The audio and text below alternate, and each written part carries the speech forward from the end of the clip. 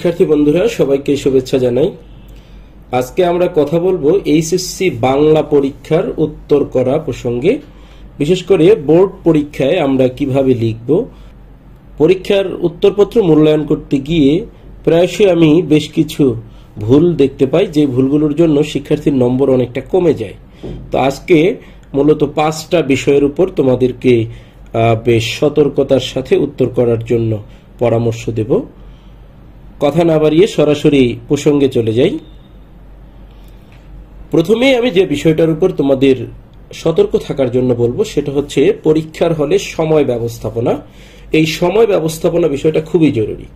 যদি একটু সুন্দর করে বুঝিয়ে বলি, তোমরা যখন 2.5 ঘন্টায় 7টা সৃজনশীল প্রশ্নের উত্তর দাও, সেখানে 2.5 ঘন্টায় অর্থাৎ 150 মিনিটে 7টা সৃজনশীলের উত্তর দিলে প্রত্যেকটা সৃজনশীলের জন্য আমাদের গড়ে সময় পাওয়া যায় 21 মিনিটের মতো।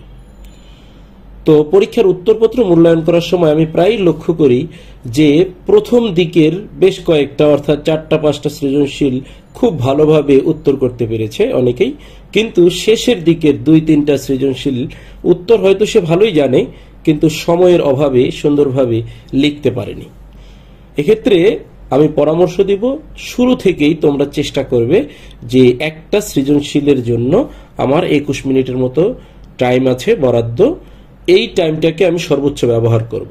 কোনো কারণে যদি 2-1টায় আমার 1 মিনিট 2 মিনিট বেশি লেখা হয়ে যায়, তাহলে চেষ্টা করব পরের প্রশ্নেতেই আমি 1 মিনিট কমিয়ে সময়টা যাতে আমার নিয়ন্ত্রণের মধ্যে থাকে, এই ব্যাপারে আমি খুবই সতর্ক থাকব। কারণ হচ্ছে আমি কয়েকটা প্রশ্ন খুব ভালো করে লিখলে যে নম্বর পাবো, কয়েকটা খারাপ করে লিখলে কিন্তু তার থেকে অধিক নম্বর আমার কমে যাবে। তাই অতিরিক্ত কোনোটাতেই লিখতে যাব না, সেটা যত ভালোই পারি চেষ্টা করব 21 মিনিটের মধ্যে একটা সৃজনশীল প্রশ্নের উত্তর দিতে। দ্বিতীয়ত যে বিষয়টা নিয়ে কথা বলতে চাই সেটা হচ্ছে সৃজনশীল প্রশ্নের উত্তর কাঠামো। অর্থাৎ উত্তর করার জন্য আমাদেরকে একটা নির্দিষ্ট পদ্ধতি অনুসরণ করতে হয়। তোমরা সবাই বিষয়টা জানো যে সৃজনশীল হচ্ছে একটি কাঠামোগত পদ্ধতি। এখানে 10 নম্বরের একটা সৃজনশীল প্রশ্নের জন্য আমাদেরকে 4টা ভাগে উত্তর করতে হয়। এই 4টা ভাগ হচ্ছে ক জ্ঞানমূলক, খ অনুধাবন, গ প্রয়োগ এবং ঘ উচ্চতর দক্ষতা। এই 4 পর্যায়ের প্রশ্নে আমরা জ্ঞানমূলক অংশে একটা ইনফরমেশন লিখতে হয়, একটা তথ্য লিখতে হয়। অনুধাবন অংশে কিন্তু জ্ঞানের জন্য 1 নম্বর, অনুধাবনের জন্য 1 নম্বর।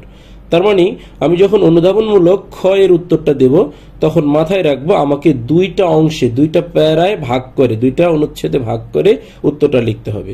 প্রথমে আমাকে জ্ঞানমূলক উত্তরটা লিখতে হবে, পরবর্তীতে অনুধাবনমূলক উত্তরটা আমি কি বুঝতে পেরেছি বিস্তারিতভাবে লিখতে হবে।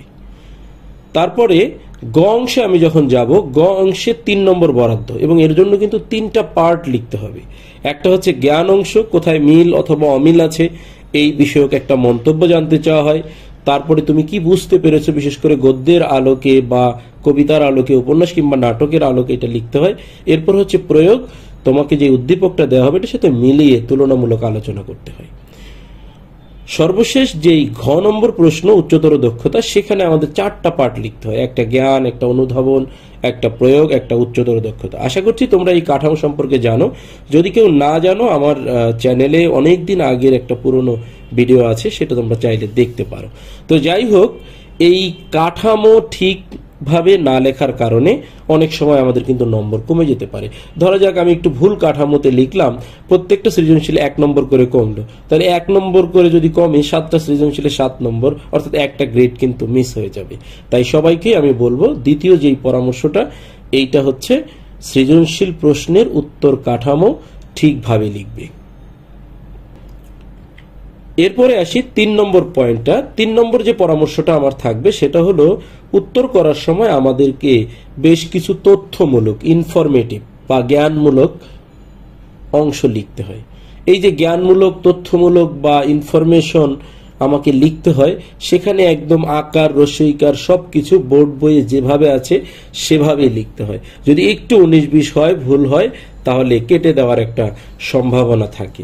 তো পরীক্ষার হলে যেটা দেখা যায়, প্রত্যেকজন শিক্ষার্থী অনেক বেশি নার্ভাস থাকে, সময়ের ব্যাপারে মনে করে যে দ্রুত আমাকে শেষ করতে হবে।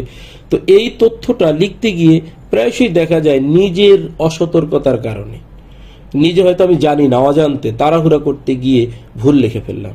এক্ষেত্রে আমার পরামর্শ হচ্ছে, তুমি যখনই দেখবে একটা বা দুইটা শব্দ লিখে 1 নম্বর পাওয়া যায়, সেক্ষেত্রে তুমি ওই শব্দটা লেখার পরে অন্তত 2 থেকে 3 বার পুনরায় মিলিয়ে দেখো তুমি ঠিক লিখছো কিনা। কারণ তাড়াহুড়ায় যদি ভুল হয়ে যায় নম্বর কিন্তু কমে যাবে। 4 নম্বরে আমার যে পরামর্শটা থাকবে সেটা হচ্ছে, একটি প্রশ্নের উত্তর করার সময় বানানের ক্ষেত্রে, বাক্যগুলোর গঠনের ক্ষেত্রে, শব্দ চয়নের ক্ষেত্রে তুমি খুব সতর্ক থাকবে। নির্ভুল বানানে লিখবে সব সময়। বাক্যটা যা বোঝাতে চেয়েছো সেইটাই বোঝাতে পেরেছো কিনা একটু বাক্য ঠিকঠাক মতো তৈরি করবে। শব্দ চয়ন বলতে বোঝাতে চাইছি, অনেক সময় আমাদের লেখার সময় মাথার মধ্যে একটা কঠিন শব্দ হয়তো আসলো, কিন্তু দেখা গেল কঠিন শব্দটা লিখতে গিয়ে আমি যথাযথভাবে লিখতে পারিনি, অর্থাৎ বানানে একটা ভুল করে ফেলেছি। সেক্ষেত্রে আমি বলবো বিকল্প শব্দ, প্রচলিত শব্দ, সহজ শব্দ ব্যবহার করো। জটিল শব্দ, কঠিন শব্দ, দুর্বোধ্য শব্দ এড়িয়ে যাও, তাতে তোমার ভুল করারও সম্ভাবনা থাকবে, এমনকি ঠিকভাবে বিষয়টা হয়তো এক্সপ্লেইন বা ব্যাখ্যাও করতে পারবে না। এজন্য চতুর্থ যে পরামর্শটা আমি বলবো সেটা হচ্ছে, তোমার ভাষা শৈলী অর্থাৎ বানান, বাক্য, শব্দচয়ন এগুলোর ব্যাপারে সতর্ক থাকবে। কারণ তুমি যদি ভালো নম্বর পেতে চাও তাহলে তোমাকে মনে রাখতে হবে তুমি কি লিখেছো, পাশাপাশি কিভাবে, কতটা নির্ভুলভাবে লিখেছো সেই বিষয়টার উপর। পঞ্চম বা সর্বশেষ যেই পরামর্শটি দিয়ে আজকের আলোচনা শেষ করতে চাই সেটা হচ্ছে, পরীক্ষার হলে অনেক সময়ই অনেক শিক্ষার্থীকে এমন আমি দেখি পরীক্ষার হলে যে প্রশ্নটা পেয়ে সে খুব আনন্দিত হয়ে যায়, কারণ প্রশ্ন খুব সহজ মনে হচ্ছে। আবার অনেকের প্রশ্ন দেখে খুব মন খারাপ, নার্ভাস হয়ে যাচ্ছে, এই প্রশ্নের কিভাবে উত্তর করব, মানে প্রশ্ন তার কাছে কঠিন মনে হচ্ছে। এক্ষেত্রে পরামর্শটা হচ্ছে, প্রশ্ন যদি কঠিন হয় তাহলে সবার জন্য কঠিন হয়েছে, যদি সহজ হয় সবার জন্য সহজ হয়েছে।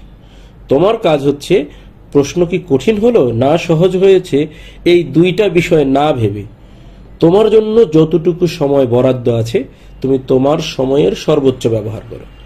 এই যে তোমার জন্য বরাদ্দকৃত সময়ের সর্বোচ্চ ব্যবহার করে তুমি যদি প্রত্যেকটা প্রশ্নের উত্তর করতে পারো, তাহলেই দেখবে শেষ পর্যন্ত তোমার পরীক্ষাটা সন্তোষজনক হয়েছে।